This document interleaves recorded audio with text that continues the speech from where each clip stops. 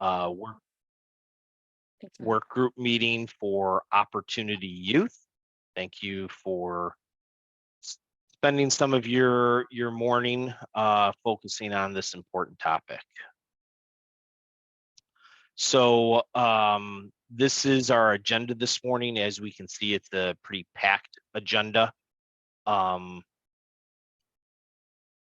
So we're going to move through it as expeditiously as possible. We will quickly do a quick roll call just from those people on the screen here. Yep. Thanks, Craig. I Okay, I'm don't gonna see that we have anybody that's just a phone number or anything.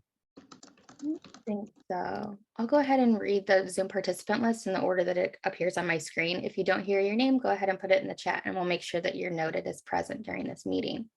So I see Lee Reese, Molly Cook, Whitney Thompson, Craig Kissinger, Marty Johnson, Mitch Dickey, Marcy Johnson, Eric Hill, Antoinette Golden, Nina Tangman, Mike Massey, and Shannon Hampton. Again, if you did not hear your name, go ahead and put it in the chat.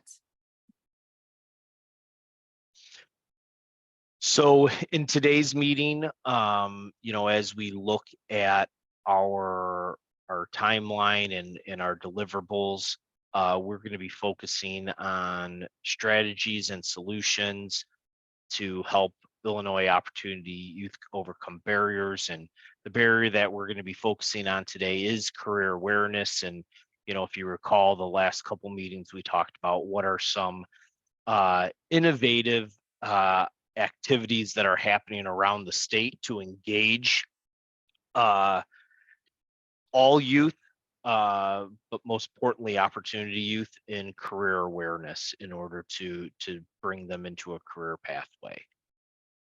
So So today we are going to specifically focus on a state resource. Should I do the success story now? Yep. Awesome. So thought I would spend a minute sharing a success story. For those who don't know, my place of business, National Tube Supply, is located in University Park. We are in the Chicago Southland area. And when you look at a lot of the demographics in that Southern Cook area, they're a decent amount of opportunity youth in that population. So our company started supporting my activities and my team's activities about 6 years ago, in going into the high schools and talking to students and doing resume writing and mock interviewing. As a result of that, and through that engagement and through engagement through industry sector partnerships, where we as businesses get together and we have a forum where a whole group of businesses in the manufacturing sector meet with a whole group of educators. It created an opportunity for a very engaging manufacturing day event, where we got to bring people from one of the local high schools here on site. We then did senior interviews at that high school, and through that engagement, we actually selected a young individual from those interviews who has joined our company, has been retained for over a year now. And that individual then came with me last year back to that high school to talk to the kids about manufacturing day, right? So it kind of completes the circle.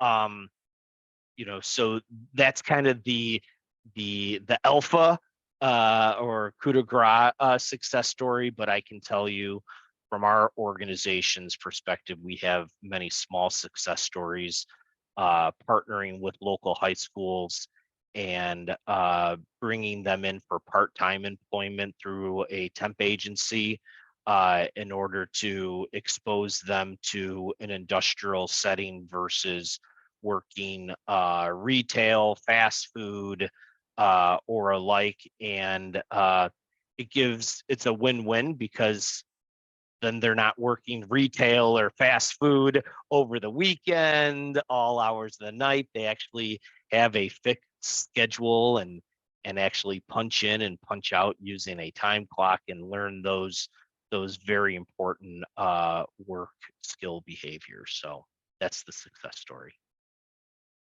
Thanks, Craig. And later in the meeting, there'll be an opportunity for everyone to sign up for a month to share your own success story that you're aware of. I'll pass it over to Marcy to go over our quarterly meeting. Sure. Thank you. So we had our quarterly meeting at the CPTP meeting that we had in Heartland Community College. We had Bloomington Area Career Center present at that meeting. He brought in business partners as well as a couple students to talk about the Area Career Center, what they do, and that connection. And it was really good. I think that those that were there learned a lot. And then afterwards, we went to the Area Career Center and we toured it. And we got to see students in action, got to see all the different careers that are occurring within that Area Career Center. And just, it's amazing all the opportunities that students get at those area career centers. And so just so that you all know, there are 24 area career centers in the state. And there is a list here that you can always go to this PDF to look them up. They would be more than happy to talk to you about their career center, how you would like to work with them, how to support them. Some are big and have lots of students. Some are small. They work with their districts in their area. And they, the students go there for like maybe in the morning, and then they go back to their schools, or they come there in the afternoon and then go home from there. There's usually 2 sessions each day. And they do have work-based learning. They do have dual credit. They do have lots of opportunities within the area career centers just in the short time that they are there, but they're always looking for more partners and community members to be engaged with their center. So these centers are totally engaged, totally all career opportunities. If there's academics taking place, it's within the area career centers themselves, or I mean within the courses themselves. And Marcia, I think that's a great, sell, particularly for people this call, as we have a lot of agency partners, right, that have the opportunity to educate businesses, to the opportunity to fill their talent pipeline. These are people. This is I have a child that's in the program, and these kids choose to go to these locations. It's not a required state thing. Right. They choose. So I've just found that these individuals are very engaged. So. Yep, absolutely. Great.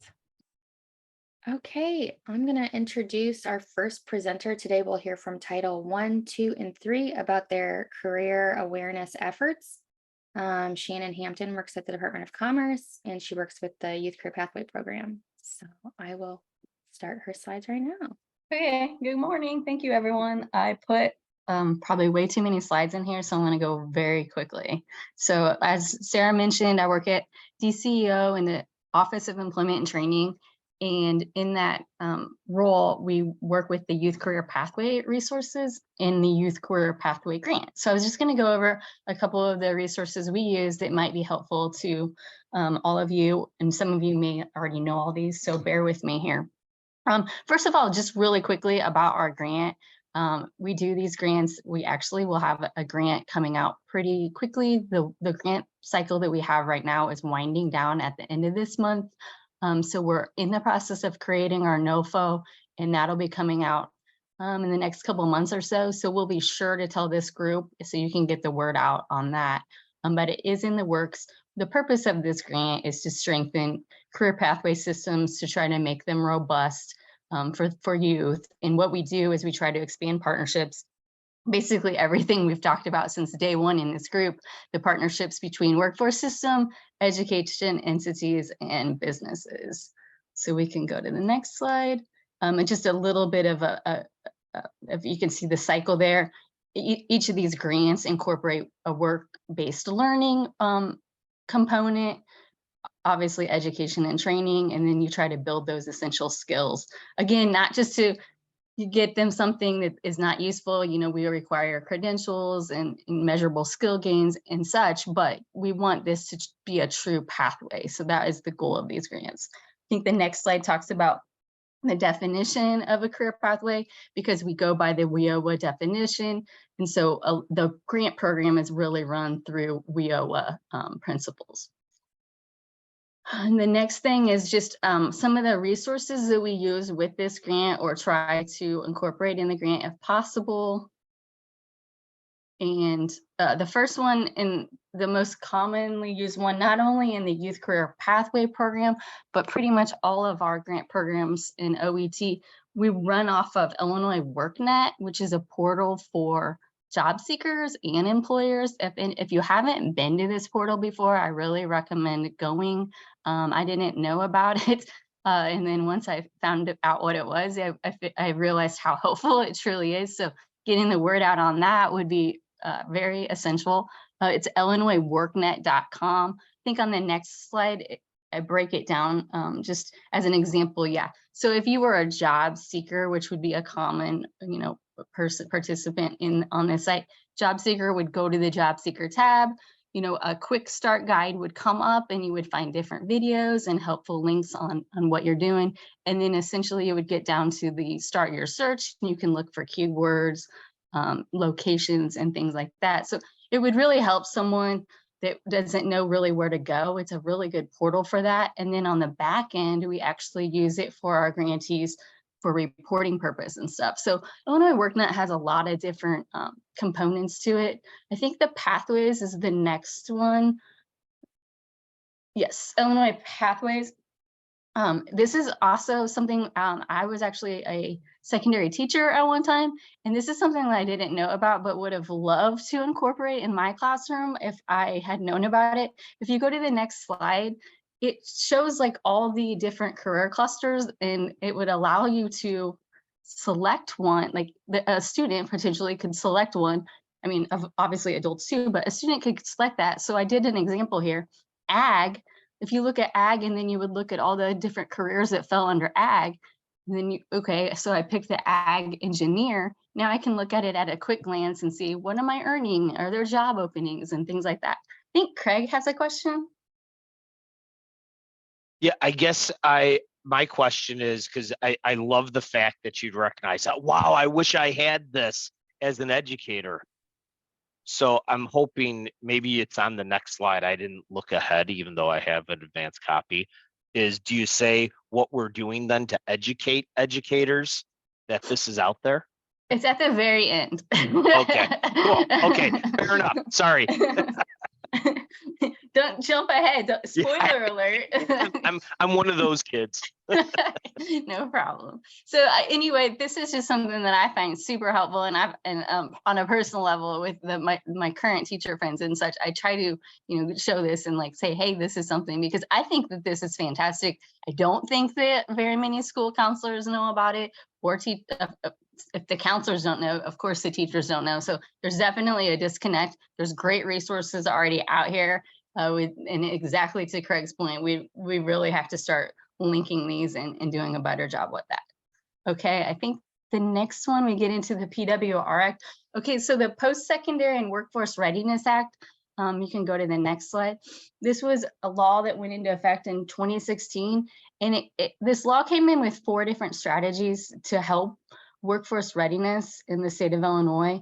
The 4 components I'll go over, well, competency-based education, transitional instruction, college and career pathway endorsements and the post-secondary and career expectations framework. We're going to go over those a little bit more on the next slide, but I highlighted 2 specific ones that really, yeah, go ahead. You want me to go to the next slide? Yeah, sure. Thank you. So I highlighted the 2 that you can see at the bottom. Those are the ones that would be more relevant in our role at DCO. But just so you're aware, the competency-based education, that was for a pilot program that basically it wasn't funding. It wasn't like that. It was for school districts to determine, hey, we want to do this more with students and get them out there and get work-based learning and internships and apprenticeships and dual anything. And we want to get them maybe away from the seat time requirements and open up some more opportunities. So what basically this was for waivers. Like school districts were able, if they were in the pilot program, submit waivers that were, tackling those barriers to students not being able to do this during the school day because of the biggest one, the most common one was the seat time waiver. So that was a competency-based pilot. That was one strategy. The second one was the transitional instruction. This one, the barrier that it was addressing was so many students go into post-secondary ed and they have to take remedial courses. So the idea behind this, and Whitney's on, she can probably talk more about it, but transitional instruction, it was so that students would come out of high school ready and be more successful without taking those remedial courses. They have a better chance of continuing through that college experience. So then to the 2 that are more relevant for us in our work at DCO is the college and career pathway endorsements, which Marcy would be your expert on this one, but basically giving students an endorsement on their high school diploma that would show, that we did this. And then the next slide, I'm going to show you what that looks like. And then the last one is the post-secondary and career expectations, which we all call the PACE framework. This is an awesome tool. I love the PACE framework. ISAC took the lead on this, and they have a huge amount of resources on their website. Again, we're going to talk a little bit more about this in a minute, but this is a really great guideline, kind of meant originally, I think, meant for guidance counselors, but I think it's expanding. So next slide, please. Okay, and so an example of the career pathway endorsement, again, Marcy probably could tell you a lot more about this, so please ask questions and she could probably direct you to the best answers. But essentially what this is every student that would be in this program would have their own individual plan. They would be required to do professional learning and then these sequences, and then it also incorporates that academic readiness. So if you look at the example on the right for a student that would be in this or going and getting ready, the individual plan is going to carry through from 9th to 12th grade. Like that's going to stay with you the whole time. What's going to change a little, the coursework is going to progressively get harder. You're going to get some dual credit experiences for these students. So they're getting early college credit, and then they're doing professional learning that's really robust. They get 2 career exploration activities, and then they also do team-based challenges. So they get this adult mentoring, and then they're doing, all the academic competencies, obviously, but it's going to show on their diploma that they've already got this and they've done this. So Marcy, did you want to say anything about it? Well, I put in the chat, we had 596 endorsements that went out last year. And with the revision of the House Bill 3296, we have districts that are applying now. By July of 2025, they have to have at least one career pathway endorsement at their district. And so we have districts applying madly right now to start getting those in place to be compliant by July of 2025, which sounds far off. It really, it isn't. And so we're working, we have a user pathway group that we meet with them every I think it's every month, to give districts the opportunity to ask questions, get some support. So we're providing a lot of support for these career pathways, but it is a great way for businesses and community members to be engaged in this work, because as you can see, they need to still have that career development experience, which would be which would be the internships, apprenticeships, but also as Shannon was talking about that team-based challenge, it would be a great way for business and industry to say, hey, here's a problem, and have those students work on that problem as a team. So there's a lot of ways for everyone to be engaged in this type of work. It's awesome. And I think because of what you're saying, that it's just going to continue to get more and more common, and there's going to just be more. So this is something in the future that's going to be, you're going to be really notice this on students' transcripts, which is just amazing. Okay, and I think we're ready. One other thing I'll add is that if the message we need to get out to businesses is, if you see this on their diploma or their transcript, it's the fact that the student is career ready. So because I would say we don't know that as businesses, and I've seen students put that on a resume, but I'm like, really? What does this mean? Is that a thing? Right. Yeah. Right. So absolutely. So that's the question. So now you can see how it is a thing, and like what kind of quality experiences they're getting. But that's a great point, Sue, that we need to keep in mind, is we need to also educate businesses that this is a good credit, like this is a good thing to see. If you're gonna interview someone, this is something that we need to take into consideration. Just want to make sure we also do a time check, make sure we stay on track. Yep. I can skip, or I can be done. No, Shannon, we have, I think you have 3 more slides after this. Quickly, the career pathways dictionary, it goes along with this stuff. It's under works right now, but basically creating a common language for everybody when you're talking about all this different career pathways and the terms that go with it, especially the college and career pathway endorsements and everything else. All the state agencies you see listed there are involved in this process, and always like updating it to make sure we're using the right terms. Okay.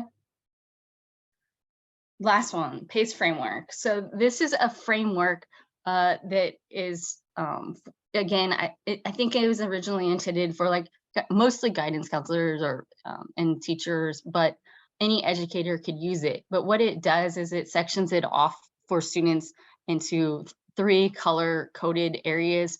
And it started originally, and this has been updated since this, but originally it started in 8th grade and went to grade 12, and it's going to help, like, say, what you need to do in these grades to get ready. And it'll also section it off by, we need to focus on financial literacy. We need to focus on career development. What are we doing to get ready? So it had all these sections. Next slide. Another thing that they incorporated at ISAC was they made it from the student side. So this checklist on the left here is a student checklist. So they can go through, again, from each grade level. Have I done this? Have I done the money stuff? Have I done the career stuff? Am I on track? So that's a really good, if you don't have all the resources that some schools have and don't have, counselors constantly helping you, you can kind of take ownership, you and your parents, and like do it from that side, which is great. They also have blank copies. So a school district could create their own framework for their district, or as you can see the example below, the Regional Office of Education did it for their whole area. So the whole area of that region has this PACE framework to go off of. And then on the right-hand side, that was just an example of what one school district did. I think we're on the last slide now. Okay, so PACE is awesome. I think it's very, very, very helpful. It's like Marcy said, it's gone down now. They just revised it and it's gone down all the way to grade 6. So we're starting to think about these things earlier and earlier. What I did, this is not a thing. This is just a Shannon thing. What I did was took, like to Craig's point, what are we doing to get this out there and help? If you took the PACE framework and like looked at it in a different way, and you had the secondary, so you had administrators, the staff, and the support staff, what can they do along that same PACE framework to hit those components for those students post-secondary? And what's completely missing in the whole equation that we saw on the last slide is business partners. So if you incorporate that and then you have everyone at the table and having the different pieces and parts, that might be something to think about for us of where we can, you know, start having these conversations and start getting some of these resources out there.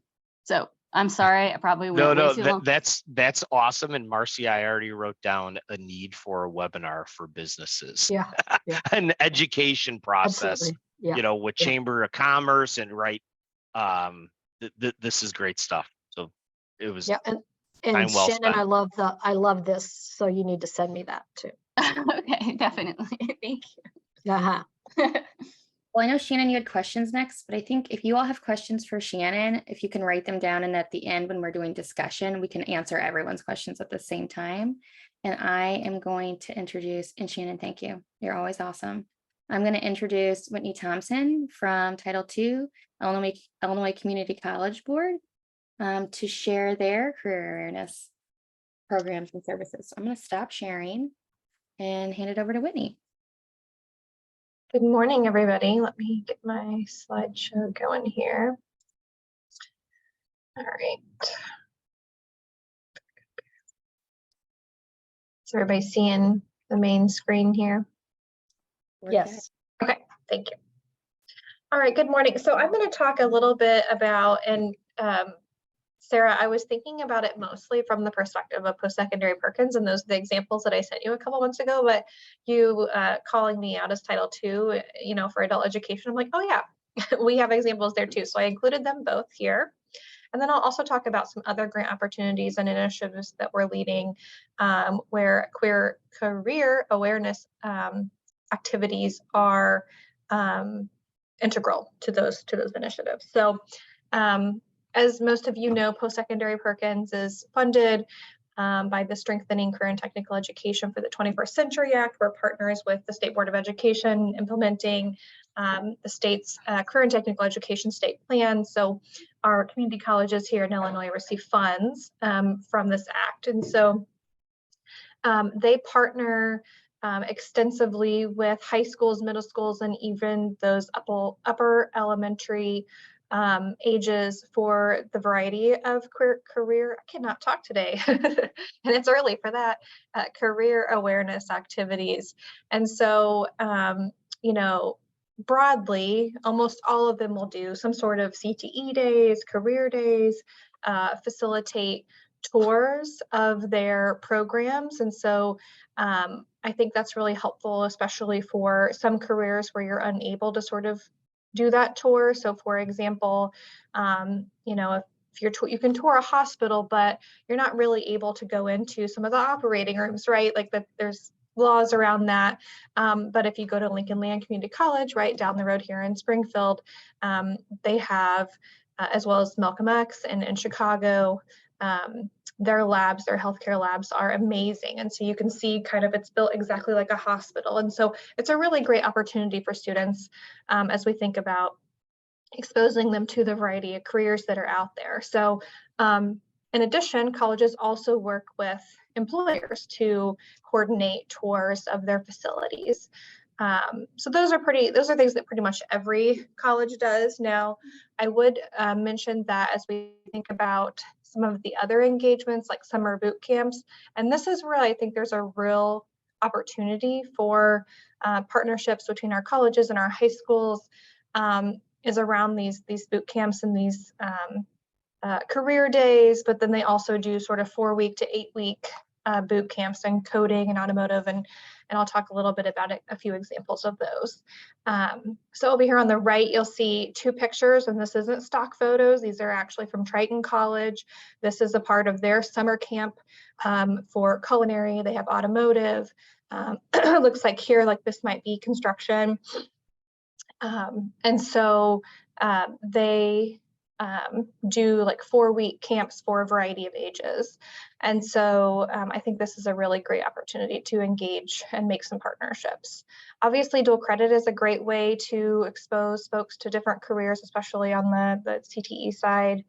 And then many of our colleges partner with schools who can't really afford some of that career awareness software like Naviance, Career Cruising, you know, there's a bunch of them out there, and they partner together to offer that. And so I think as we think about, you know, thinking about the questions that Sarah's going to pose to the group at the end, you know, where there's opportunity or where there's gaps, I think just making this more systematic across the system where there are more opportunities would be great.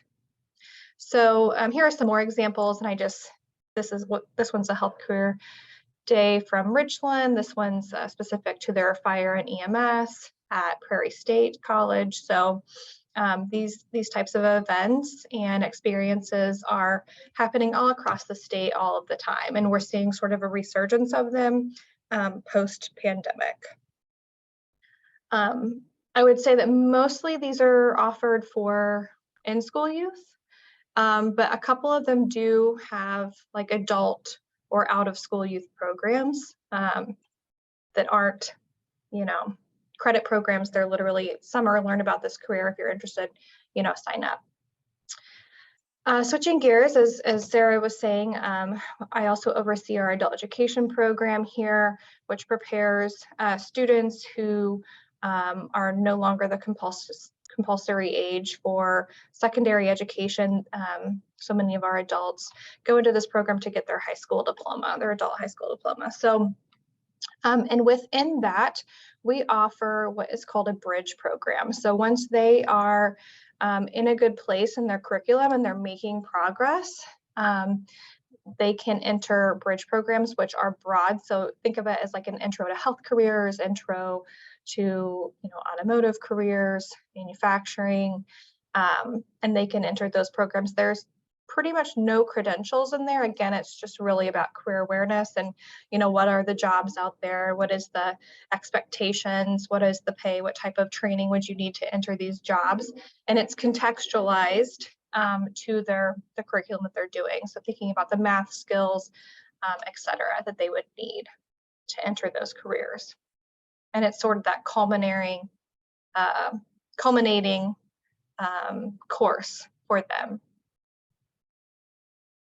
So as of right now, we have 182 bridge programs in the state of Illinois offered by the variety of our adult education providers, which we have community colleges, we have faith-based organizations, we have regional offices of education, high school districts, and community-based organizations that offer this programming. And you can see here, the most popular is manufacturing and health science. And then I did want to just spotlight quickly a couple of other initiatives that we lead and think about the ways in which we are highlighting and really supporting career exploration. So the trade school grant was a $5 million initiative led by Representative Ford. And this is specifically for young adults, 16 to 24, in communities marked by high youth unemployment, low graduation rates, et cetera. And one of the main activities is career exploration and transition into the trades, which we've identified here as a few different sectors. And so that we are in the process of selecting those grantees now. And so we're very excited to support that work. It's a one-time initiative as well, I should note. This has not been a one-time initiative. We get this funding annually. It's state funding from the General Assembly. It's our innovative bridge and transition grants, and it's pretty broad, but many of our providers that are funded through this do carry out a number of career awareness activities. And it's really about supporting students to and through post-secondary education and into employment, with a specific focus on also those transitions for individuals with disabilities. And this grant can support both in-school and out-of-school youth as well as adults. So, and we see opportunity youth as a key audience to this specific grant.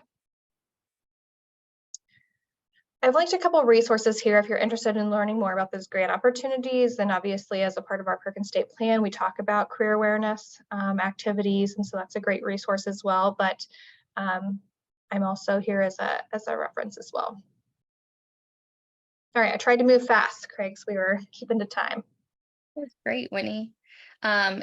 I think we'll be able to send these slides out with the information at the, when I send out the notes, and then we'll make sure to put those links in it as well. If you have questions for Whitney, don't forget to write them down, and then we'll have time during our discussion to talk about those. Thank you, Whitney, for being very comprehensive.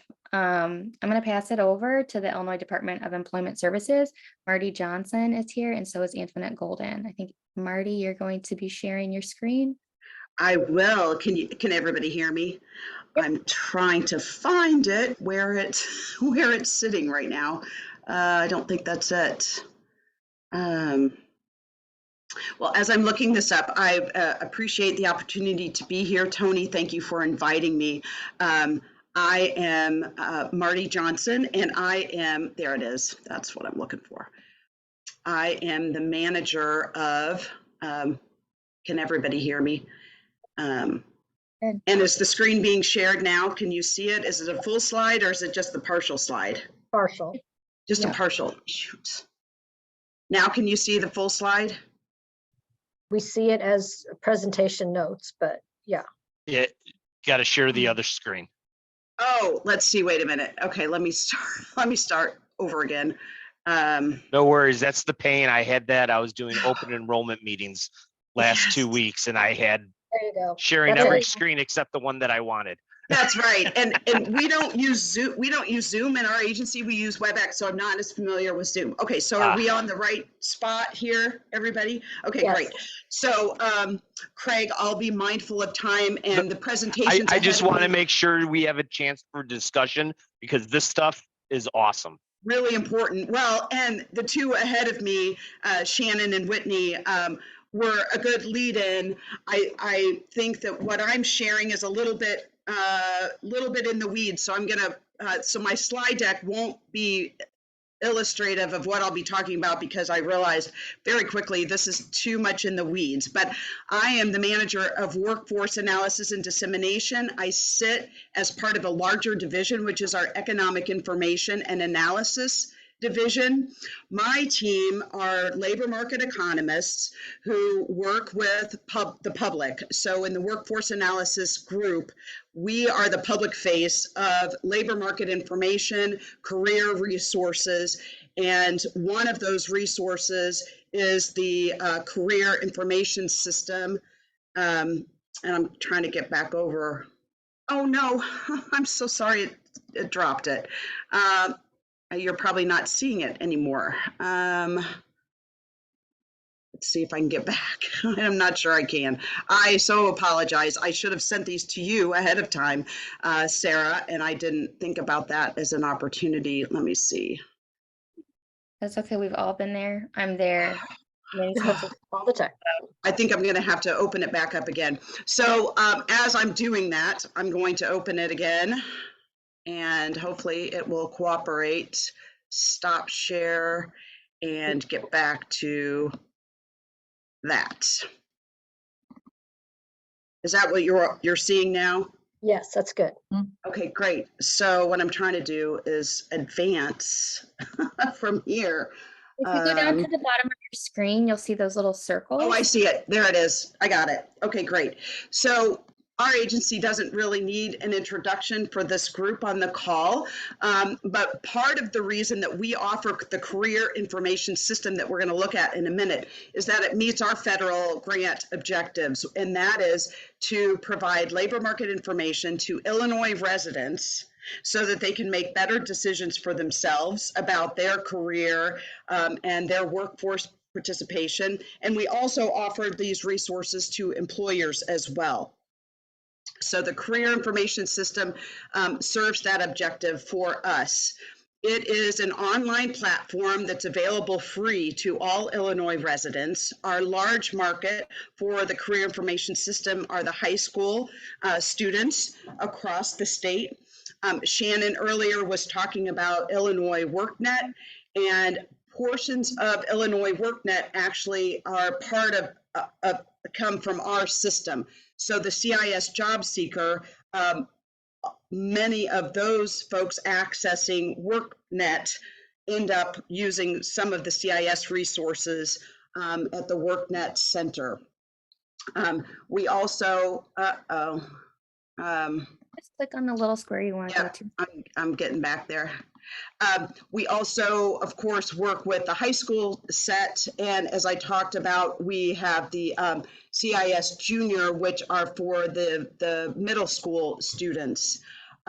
One thing that I can share, we're about to get into the actual screens of the CIS system. We are in the process of revamping some of this. So some of these screens in about 3 months will look a little different. We also have, we're expanding a partnership with some of our education partners. So we will be incorporating some of the things that Shannon talked about earlier, the PACE framework, and some reporting, a data mechanism for reporting.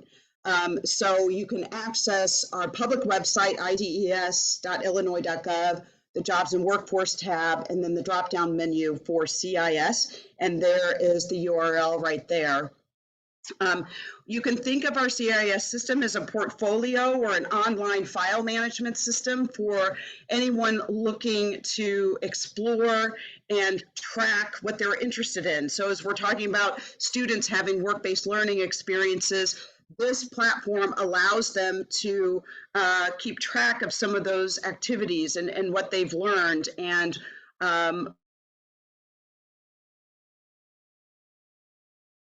allows them to keep it all in one place, like their own file cabinet. And each portfolio allows access to all of these tabs across the top. One of the most popular components of CIS are the assessments, and these are the they're not tests. We don't call them tests. There are no right or wrong answers. But as we're talking about students exploring what's important to them, what they're interested in, what the strengths are, they can use these assessments for free, keep the results, and it spits out occupations that they might want to consider. You can look at what kind of lifestyle I can afford. We won't go into these assessments right now, but one of the most popular is the one here at the top, which is reality check. It allows young students in particular to walk through a budget. So we're talking about financial literacy, similar to what Shannon mentioned for the PACE framework. Students can walk through the reality check and understand, oh, I'm going to be paying this much a month in rent, or my utilities, my groceries, my entertainment budget. What kind of occupations then do I need to be looking at in order to afford the lifestyle that I want to afford? So these assessments can be taken over and over again and stored, like I said, in the CIS portfolio. We also have all kinds of resources embedded in the CIS system for how to find a job. What components does someone need to what kind of path do they need to be on in order to secure an employment situation or workforce. There's a segment here also on military employment. And entrepreneurs. Can I be an entrepreneur? Am I cut out to do that? So these types of resources are available in the CIS system, as well as education and training. So we talked earlier about pathways. In this section, we keep this current every year. Students who access the system can look at all the Illinois schools by type and by name. What are the programs available at those schools? What kind of financial resources are available? What kind of financial aid? So students can come in here and start sorting those and making favorites, and they can come back to this again and again to learn about pathways and programs of study. And then last but not least, embedded in the CIS system are some of our popular publications. We will be updating, for those who are familiar with this brochure, the Learn More, Earn More. This will be updated this month. We just recently updated the Summer Jobs Central. So we have, and that's available on our public website as well, different job opportunities for students for the summer. We also have a brochure talking about winning job opportunities for those who are returning citizens. This is a brochure tailored to opportunities for that group of Illinois residents. So those are the resources available in CIS. Again, we are expanding the platform, and so it'll have a new look and feel by summertime or so. So it'll look a little bit different than what was here, but again, the new platform allows us to do quite a bit more things and will incorporate a reporting mechanism. Whitney, I think you were interested as well in reporting. So that's on the docket presently. So thanks for having me. I'll stop right there. If anyone would like to have a direct demo on the CIS platform, please reach out to me and we will make it happen. It's a pretty exciting program, we think. So thanks for having me. Marty, that was awesome. And I've Thank never. you. Well, I'm going to share my screen with the discussion questions. And if you all have questions too, obviously now is the time that we would, allot for that.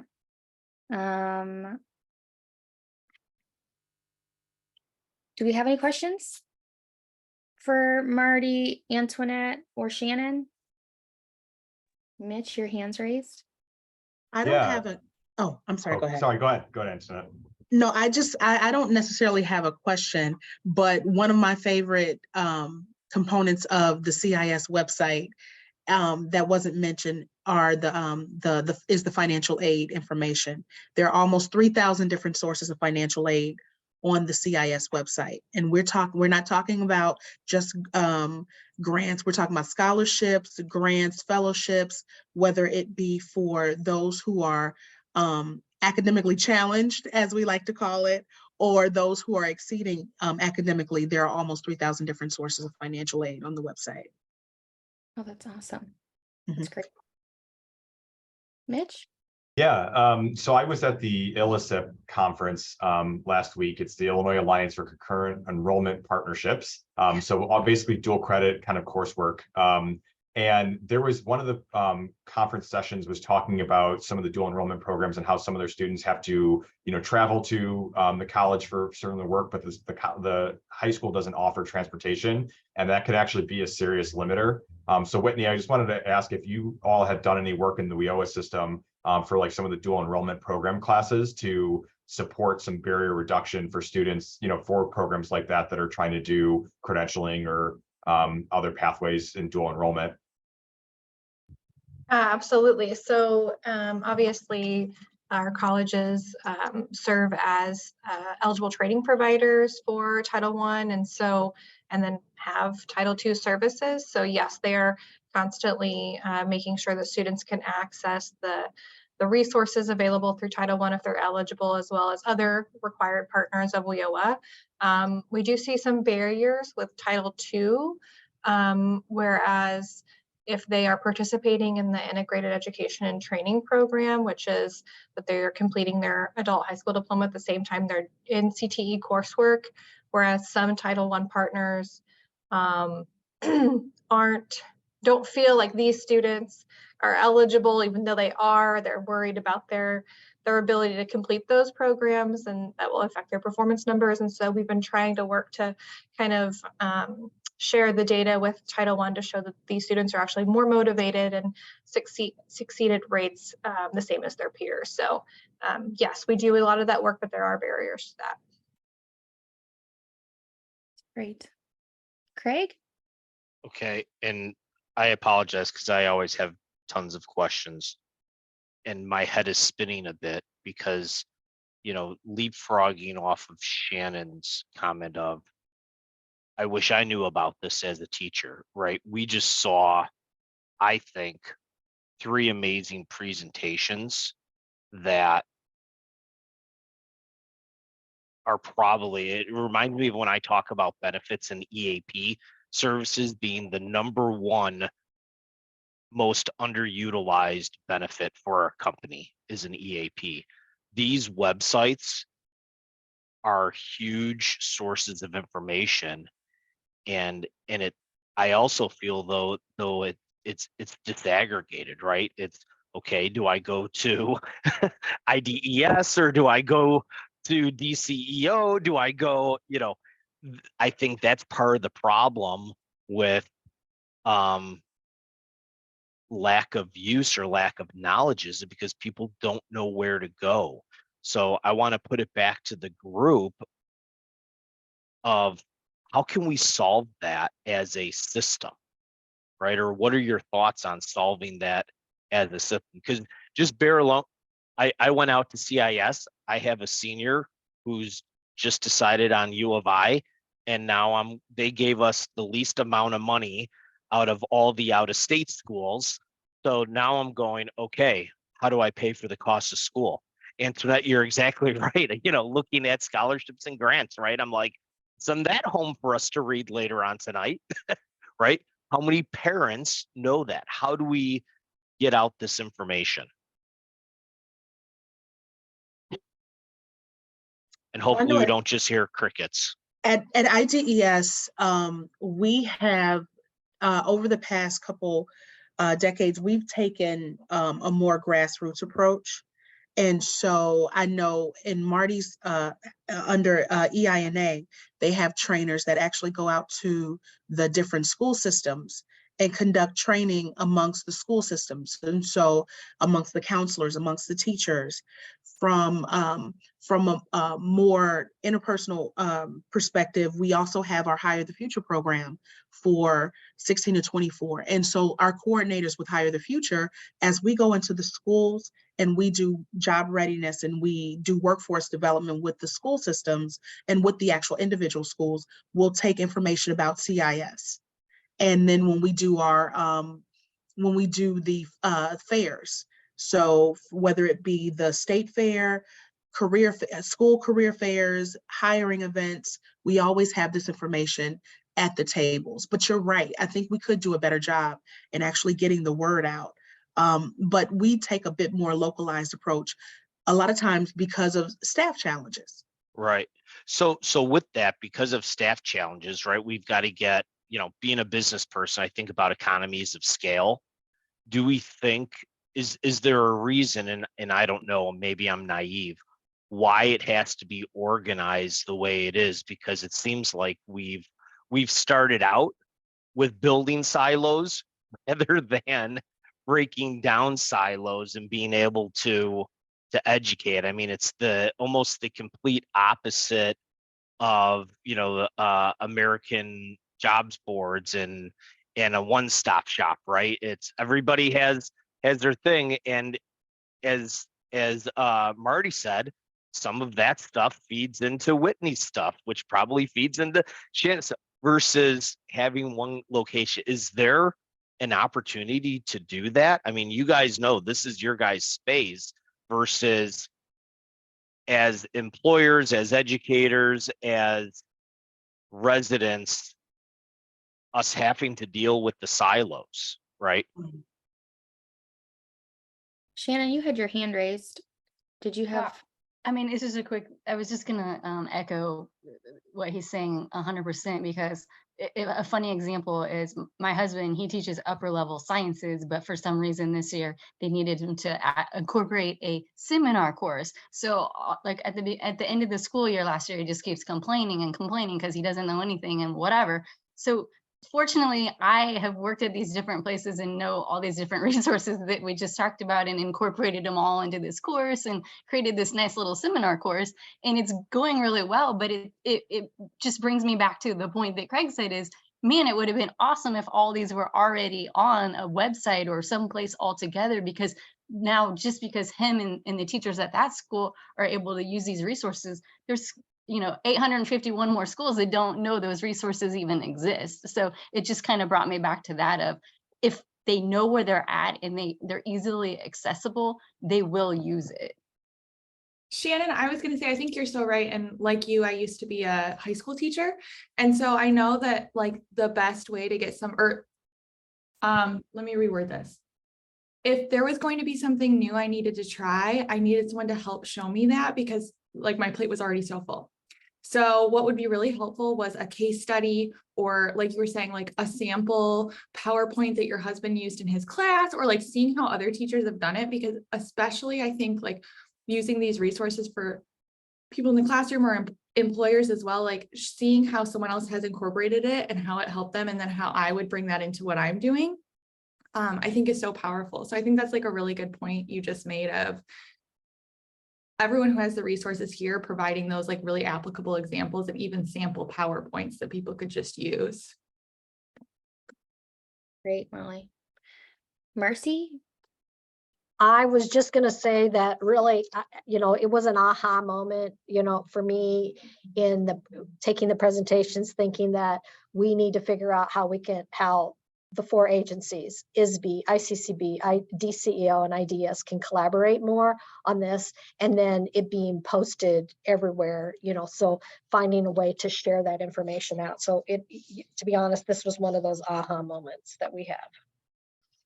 Well, we're almost at time. I think this was fantastic. I worked with many of you, and I've not seen many of these resources. So we'll make sure that they all go out to the group, and then maybe we can spend some time next week or next month brainstorming on how we can build those resources, where they go, what the next steps are. I'm going to briefly put this on the screen. I will send this link out. This is a success story sign up. Jasmine Williams has volunteered to share a quick success story. We won't have one in June because we have our quarterly meeting, but that leaves us July, August, October, November. So this will go out with the notes. Please sign up. These success stories help us ground our meetings and move us forward in a direction that we want to be in. And then I'll kick it back over to Mercy for concluding steps. Yes, thank you. So just as an awareness, the Disability Work Group is doing a webinar series on universal design and individual support. So here is that information. And Sarah, where would they go to get the link to register that? We probably want to make sure they know that information. And then of course, our next work group meeting will be on May 24th from 9:30 to 10:30. Yep. And Marcy, with that is because we have so many agency people that deal with businesses, that is business focused, right? Those webinars, it's a business webinar series. Is we ask that you utilize your local network and push that out to business people that you deal with, whether it be your chambers or if you use constant contact locally or what have you, but to share that with employers to help raise the awareness. Yep, that's exactly right. And as Molly put in the chat, the registration is being built. You'll have lots of links in the email from me that will come following this meeting. And finally, to stay connected, we realized on a call, another aha moment from our center is that you all may not be a part of our listserv from ICSPS. I apologize. This, you get, we owe a email blast about what's going on within the system. The PD committee does a great job of creating these materials, and now you should have them. So this link will also be sent out to you. Once you sign up, you'll get weekly or monthly email blast about what's going on within the system that you can share and attend. And at that, And the next thing to attend in person or hybrid is the Workforce Summit, which I was looking at the agenda yesterday. There is some great information being shared. So it's a great opportunity to network and to learn as a workforce system. yeah. And Molly just put that link into the chat, and I'll make sure to send it out again. Thanks, with Molly. And at that, do we have anything else? Rapid fire at the end. Okay. Thank you all. Thank you. Thank you. Thanks everyone for the great information.